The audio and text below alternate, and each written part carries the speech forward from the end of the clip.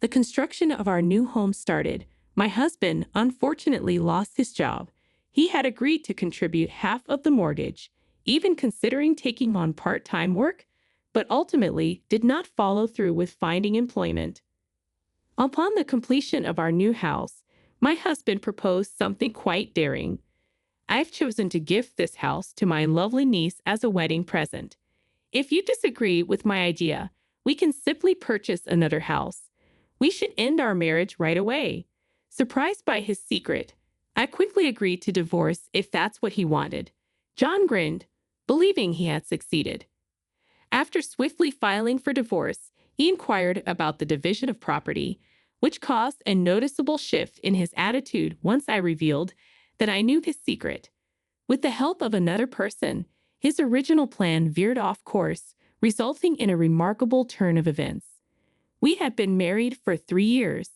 Next year, I will be celebrating my 30th birthday, and my husband, who is in his mid-30s, talked about the possibility of having children.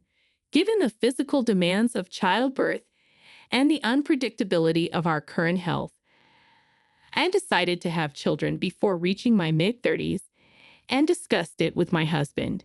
He recommended taking time before starting a family. If it felt overwhelming, he mentioned wanting children, but recognized that our current home was too small for a family, suggesting we think about purchasing a house. Raising children involves significant financial commitments, and purchasing a home may entail almost 3 decades of mortgage payments. By that time, my husband will probably be in his mid-60s and retired. I wanted to avoid placing any financial strain on our children. My mother balanced a full-time job with raising me, taking care of the house, and supporting my father until she retired. I always looked up to her and chose to balance work with taking care of the home. With determination, we meticulously planned for our home, selecting a builder and initiating our new home project. Luckily, we had some savings, so we opted to increase our down payment to prevent any potential mortgage difficulties down the road. Right when everything seemed to be falling into place, my husband's company went bankrupt, leaving him without a job or any severance pay. I asked him if there were any signs of the company's impending failure, but he snapped back, saying he couldn't have known since he wasn't an executive. One morning, he found himself unable to enter his workplace due to a notice announcing the company's bankruptcy the day before. It was a small company, and it appeared that the president and other responsible parties had disappeared overnight, without even leaving that month's salary. Considering the uncertain future, I proposed that we think about buying the house, but my husband was adamant about moving forward since we had already made significant progress. Because of his strong motivation to secure a new job quickly, I decided to pause the plan. He was hopeful about swiftly securing a new job.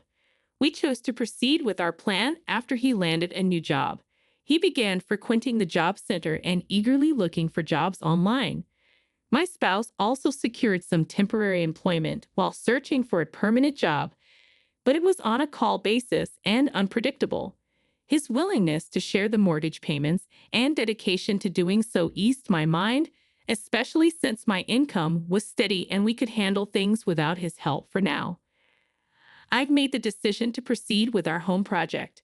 So far, my husband may appear dedicated and responsible, but he has a peculiar obsession with his niece, the daughter of his much older sister. She became a mother at a young age, and my husband, who became an uncle early on, showered his niece with love and attention. Even though they lived far apart, during occasional visits, he would generously send expensive gifts and give her money that exceeded expectations. On one occasion, he even surprised her with a Christmas present of $1,000, which I thought was too much. When unexpected expenses arose, he chose to prioritize gifts for his niece over our budget, causing me to question his priorities. His kindness toward his niece often left me dismayed. Currently without a job, he didn't use our savings for his niece, but spent extended periods outside, supposedly looking for work, coming back home later than when he had a job. Although his enthusiasm to secure a job was admirable, he started to neglect our home project, leaving all decisions to me. He requested that I take care of all the paperwork, with the intention of having only his name on the joint ownership. I kindly prompted him to take an interest in our home, and he reacted with frustration, mentioning his exhaustion from searching for a job. I was concerned that he might later claim that because I made all the decisions, I should be accountable for the mortgage payments. When discussing payment arrangements, he preferred to maintain his personal savings until securing a job, focusing on future emergencies rather than immediate needs. He strongly suggested that I take over the mortgage payments for now, which seemed much more convenient for him than our original agreement. I asked him to sign a loan agreement for the duration I would be covering the mortgage, wanting to establish my position. He kept expressing his concerns, but eventually agreed when he understood that pushing him about his job search could cause problems. John has promised to reimburse me for half of the mortgage payments I covered while he was unemployed once he finds a new job. I managed to obtain his signature on the agreement and kept it safe in a place where he wouldn't stumble upon it. However, there were several occasions when the commitments we first made unraveled before our new home was finished. First, John, who had mentioned he would secure a job swiftly and wouldn't be selective, struggled to find employment as the completion of our new home neared. In addition, he turned down multiple offers from the temp agency he signed up with, providing different reasons. Hated the idea of supporting a husband who made no effort, so I pressed him to find a job many times, but he always dodged the issue, leading to more arguments. During this time, our new home was finished and prepared for us to move in. However, given the circumstances, the idea of moving in with John appeared challenging.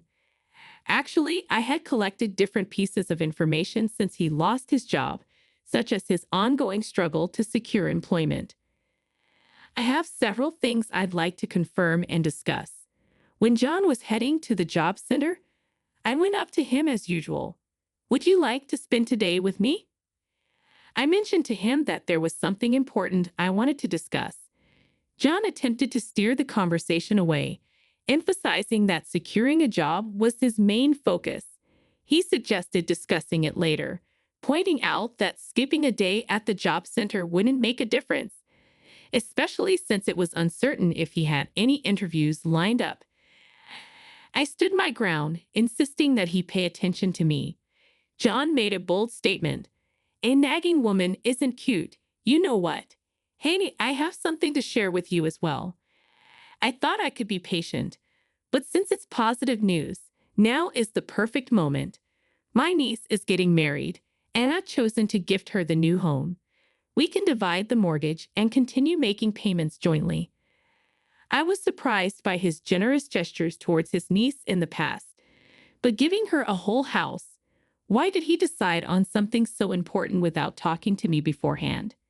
This was the first time I heard about his niece's upcoming wedding. I haven't consented to this. Is this a decision you can make independently? Inquired further. After that, John threatened divorce if I disagreed. He mentioned the idea of constructing a new home, but there has been no progress so far. He was unable to find a job. However, he continued to make vague commitments about securing employment. Although his words seemed believable, his behavior did not align. I chuckled in amazement at his words, as I had already expected his outlandish idea of giving a whole house to his niece. That matter must be related, right? I was curious to see his reaction, so I asked him a lot of questions. "Are you kidding? Currently, I am not employed. You're generously giving your niece a house that still has a mortgage on it. Do you think she'd be pleased with that? How could someone think of giving away a house that we're still paying a 30-year mortgage on?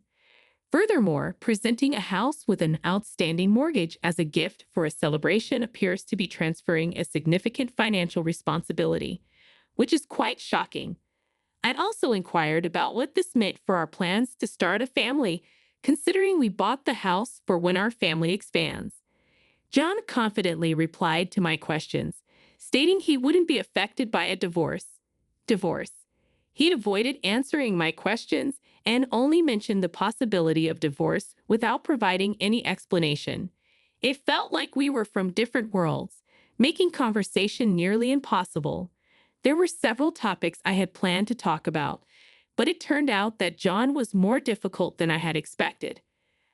I was considering discussing divorce, so I quickly agreed to his suggestion. If you agree to my terms, including leaving the house and finalizing our divorce, I will listen to anything, John said. You can go ahead and file the divorce papers first. But I prefer to settle the division of property after the divorce is officially finalized. I also want to get ready for living on my own, so let's sort everything out once you calm down, I told him. John was amenable, stating he would adhere to my requests as long as he could initiate divorce proceedings right away. Actually, my intention to get ready for living alone was just an excuse. I have one more thing to take care of. I informed John that I required some time to get ready for living by myself as a tactic to delay without him catching on. After some time, I finished all my pending tasks and was just waiting for the perfect time to reach out to John. Then, maybe feeling a bit antsy or stumbling upon something, he reached out to me initially. How can I help you today?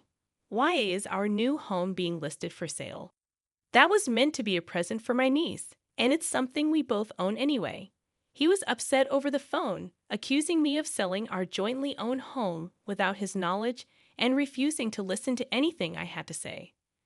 After allowing him to express his feelings, I replied, I was aware that you were attempting to shift all the payments onto me. Did you actually believe it was still jointly owned? You seemed very eager to get a divorce. I assumed you would have double-checked that detail. When you requested joint ownership, it was arranged accordingly. But I decided to change the ownership because I was concerned that he would avoid payments and try to claim the house as his own. After the house was completed, he began acting strangely, believing he could keep his true intentions hidden. He adamantly claimed the house was for his niece, convinced that no one suspected him. I managed to pay off the entire mortgage using my savings. Little did John know, my parents had sold the land inherited from my grandfather to provide cash for a payment. My parents always preferred purchasing things outright instead of taking out loans, which they considered to be uncertain and risky. They helped me out financially so I could purchase the house outright. I had thought about taking their advice, but then John lost his job. Worried that his behavior might worsen if he found out about the money, I chose to stay quiet. Furthermore, I questioned whether he would reimburse me if I paid for everything. I refrained from informing him to avoid overshadowing my parents' kindness. John was very upset when he found out about the ownership change and blamed me for not keeping our promise about the house. Is the house still standing? Is it still intact and suitable for living? Don't worry about it if it ends up in someone else's hands. If you truly desire it, you have the option to repurchase it. I believe I had the freedom to make decisions about the house I owned outright, but residing in a home designed by an ex-spouse didn't sit well with me. John, feeling upset by my statement, asserted his entitlement to a portion of the proceeds as marital property. He requested a prompt share, ensuring to verify the exact amount later. I asked him to meet up, mentioning that I had more information to share. Arriving early at the agreed-upon location, I waited for him. When John arrived and started talking, I revealed something that caused him to stop speaking abruptly, the findings of a private investigator's investigation into his behavior. The report contained evidence of his extramarital relationship, featuring prominent photos of him kissing another woman in public, dining out at upscale restaurants, and entering hotels. It was mentioned that even though John had initially searched for a job after losing his job, he eventually started meeting the other women frequently, stating that he was single and having difficulty finding work because of the recession, which made her feel sympathetic towards him. He appealed to her sympathy and persuaded her of his financial struggles, which ultimately led her to provide him with financial assistance, behaving in a way similar to a con artist proposing marriage. I felt unwell upon discovering that he had intensified divorce discussions due to his frustration with various issues, such as the mortgage and his lack of empathy. The other woman was more accommodating and understanding, making it easier for him to control her compared to me, intending to replace me with her. The tale of giving the house was simply a strategy to speed up our divorce, an excuse he believed he could use if I declined. However, he was incorrect in believing he had influenced me. Actually, I was the one behind it all. I decided to hire a private investigator after noticing John's unusual actions and learning about his unfaithfulness. His reason for giving the house to his niece caught me off guard, but I had already made up my mind to divorce him when I found out about his affair. I wanted to chat about this issue with John before we settled into our new place. At first, I intended to talk to him about his unfaithfulness and let him know that I wanted a divorce. Despite his irrational behavior, I noticed he was unable to engage in a reasonable conversation. I chose to let him believe he was in control while I strategized my next moves behind the scenes. I confronted John with all the evidence I had gathered. "I have concrete proof of your affair. Given all this evidence, it's impossible to argue your way out of it. I will be seeking compensation from you. You were aware but chose not to speak up. What sort of person does that make you, choosing to remain quiet about your spouse's unfaithfulness? Hey there, was it you who betrayed me?" John's assertion of being a cherished husband was quite ridiculous, prompting me to scoff in response. He tripped over his words before reiterating his claim to a portion of the assets. That's when I decided to reach out to John's father as a final option. I let him know that John was requesting a division of assets. John began passionately explaining why I should include his father. But when I mentioned his father wanted to talk to him, he stopped abruptly. I handed the phone to John on speaker so he could hear his father reprimanding him. His father reprimanded him for his behavior, questioning how a man in his 30s could act so shamefully, and criticizing him for causing family breakdown while still demanding a share of assets. John has always had a challenging relationship with his father, finding it difficult to stand up to him since he was young. His father strongly dislikes dishonesty, especially when it involves hurting or deceiving others. After John proposed to divorce, I quickly reached out to John's father for advice, seeking assistance if I couldn't resolve it on my own. He encouraged me to leave my cheating husband and assured me he would talk to John. However, I had many things I wanted to say to John myself. Fearing he might run away if his father intervened, I chose not to speak. I wanted time after our divorce to coordinate with John's father and make sure John didn't find out about the house sale. Additionally, I wanted to clarify John's relationship with his niece and decided to call John's sister while John's father was present. I directly inquired whether her daughter had ever received expensive gifts or large sums of money from John, and she answered in the negative. John's sister noted that whenever John was invited to birthday parties, he always showed up without bringing any gifts, just inexpensive cars. My niece was completely unaware of the supposed marriage or the house gift, and she found it ridiculous and unwelcome. John's father and John's sister were also unaware of John's supposed affection for his niece. Where did all the money John said he spent on his niece disappear? John's sister proceeded to share important details about John's history. At the age of 20, he was detained during a police raid at an illegal casino. Confronted by his father's disapproval, John begged his mother to keep it between them, confessing to trading valuable items for money. Despite his pledge to stop, his addiction appeared to be pathological. John's father noticed some missing items from their storage and decided to address John's gambling habits while expressing concern for his niece. "Are you using your niece as a cover for your gambling? Despite being unemployed, you still engage in gambling." He instructed John to return home for a serious re-education, emphasizing that the asset division is not intended for funding bets.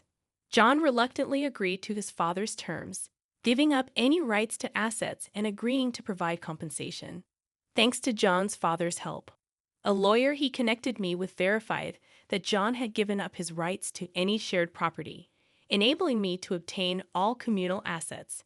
Moreover, Thanks to John's father's thoughtfulness, I was given a lump sum inconvenience fee from John, which was well above the standard rate. Initially, I felt anger towards John's affair partner. However, as the investigation into John's behavior extended to her, my feelings shifted. She thought John was not in a relationship and facing financial difficulties, so she offered him financial assistance despite her own money troubles. I realized she was also being manipulated by John. Even though she was tricked, she showed regret for the possible impact on my family and tearfully said sorry. She kindly offered a small sum of money as compensation, which I declined, grateful for her sentiment.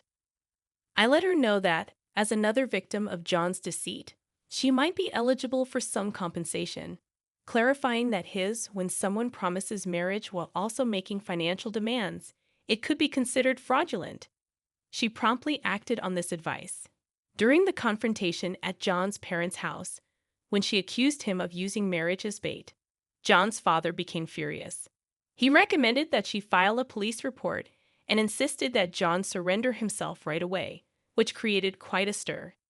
John humbly asked for forgiveness from his affair partner and his father, promising to return all the money he had swindled to prevent police intervention. His limited savings were entirely used up in repaying his affair partner and handling the damages, leaving him with no money. After retiring, John's father had ample time to keep a close eye on John, enforcing strict supervision that made a prison seem lenient. John's efforts to evade the surveillance were brief. He returned to his father's doorstep within 2 days due to hunger. John's father was upset by John's indecisiveness about staying or leaving, leading him to disown John and express his disappointment. Now that the house is sold and I have the proceeds, I'm looking forward to investing in some personal rejuvenation. I secured a top-floor apartment in a building I've always dreamed of living in. I look forward to savoring the view, indulging in delicious food, and cherishing the time away from John, recognizing the years spent together.